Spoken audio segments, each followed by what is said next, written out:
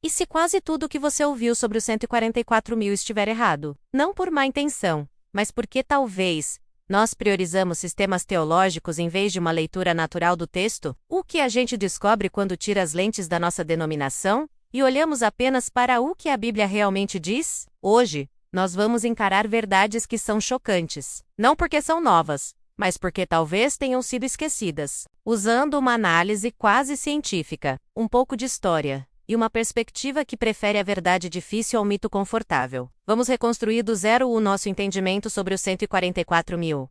Vamos começar desmontando o que eu chamo de terraplanismos teológicos. São 3 pressupostos que distorcem a nossa leitura, mesmo que a gente não perceba. O primeiro é o literalismo seletivo. É muito inconsistente. Por exemplo, muitos dizem que o número 144 mil tem que ser literal, mas e o cordeiro com 7 chifres e 7 olhos em Apocalipse 5? Isso é simbólico. Dizem que os 12 mil de cada tribo são literais. Mas e os 12 mil estádios? A medida da Nova Jerusalém, em Apocalipse 21?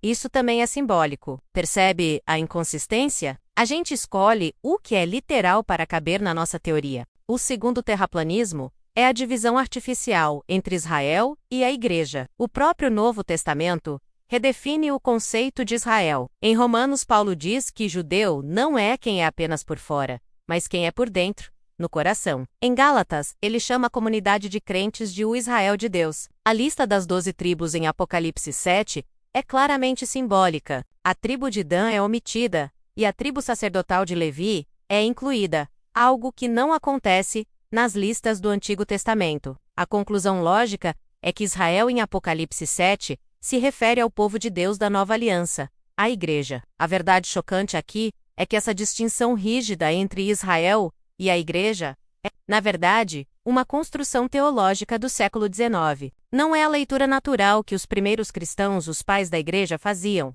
E o terceiro é a teologia da evacuação contra da preservação. Apocalipse 7, verso 3. É claro.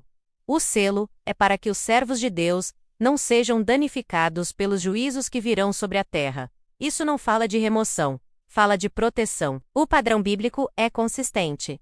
Deus preserva o seu povo no meio do juízo. Ele fez isso com Noé na arca, durante o dilúvio. Ele fez isso com Israel no Egito, durante as pragas. A ideia de uma remoção prévia não é o padrão principal que vemos nas Escrituras. Agora, vamos falar de um conhecimento geral que a maioria ignora: a história da interpretação. Por praticamente 1800 anos, até por volta de 1830, o consenso majoritário da Igreja era uma interpretação simbólica e espiritual dos 144 mil. Gigantes da fé como Agostinho, Jerônimo, Lutero, Calvino, todos eles viam os 144 mil como um símbolo da Igreja Universal, militante, lutando na Terra.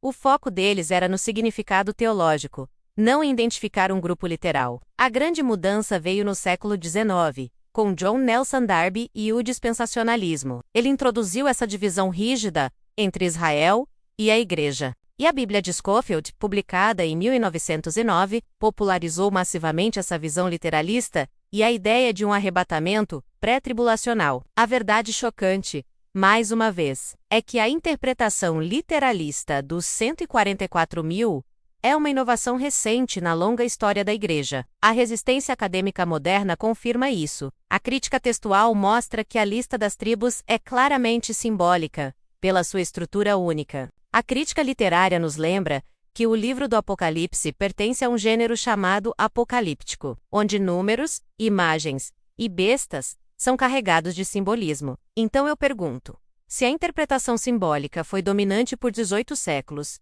e é apoiada pela análise literária moderna, por que a visão literalista se tornou tão popular e dominante em tantos círculos? Minha perspectiva, baseada nesta análise, é que a verdade chocante é, na verdade, uma verdade simplificadora e unificadora. E é esta a minha tese central com alta confiança. Os 144 mil não são um grupo étnico, literal e futuro de israelitas. Eles são um símbolo profético de todo o povo de Deus, a Igreja de todas as nações, selada pelo Espírito Santo, chamada a ser fiel e a ser preservada através da tribulação, seja ela a perseguição histórica ou a tribulação final. Por que isso é tão chocante para alguns?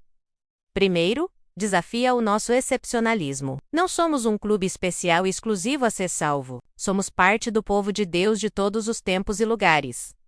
Segundo, desafia a fantasia do escape. Não somos chamados para fugir do sofrimento, mas para sermos fiéis dentro dele, com a proteção de Deus. E terceiro, desafia o individualismo. A pergunta não é: será que eu sou um dos 144 mil? Mas sim, estamos vivendo como nós, o povo selado de Deus? E isso nos leva à aplicação que pode realmente transformar a nossa vida. Pare de perguntar: será que eu sou um dos 144 mil? Comece a perguntar: estou vivendo hoje como alguém que é selado pelo Espírito Santo e chamado à fidelidade incondicional? Não importa as circunstâncias? A pergunta final, e talvez a mais importante, é esta: e se a mensagem dos 144 mil não for para gerar ansiedade sobre o futuro, mas para gerar coragem para o presente? Coragem para ser a igreja fiel em um mundo hostil, confiando na promessa de preservação de Deus, aqui e agora. Essa verdade não deve destruir a sua fé,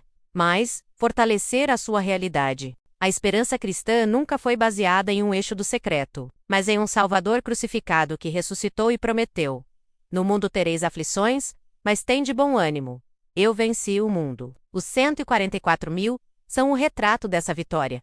Um povo diverso, redimido de todas as nações, selado e fiel até o fim. Esse é o nosso chamado. Essa é a nossa esperança. Então, o que você faz com isso agora? Uma sugestão: estude os pais da igreja. Leia como Agostinho interpretava o Apocalipse. E um desafio: releia Apocalipse 7:14 nesta semana. Mas tente ler sem nenhum comentário, sem nenhuma nota de rodapé. Apenas você e o texto. Deixe o texto falar por si mesmo. Obrigado por assistir e refletir comigo. Se esse conteúdo te ajudou, inscreva-se para continuarmos explorando juntos a profundidade das Escrituras. Até a próxima, meus amigos!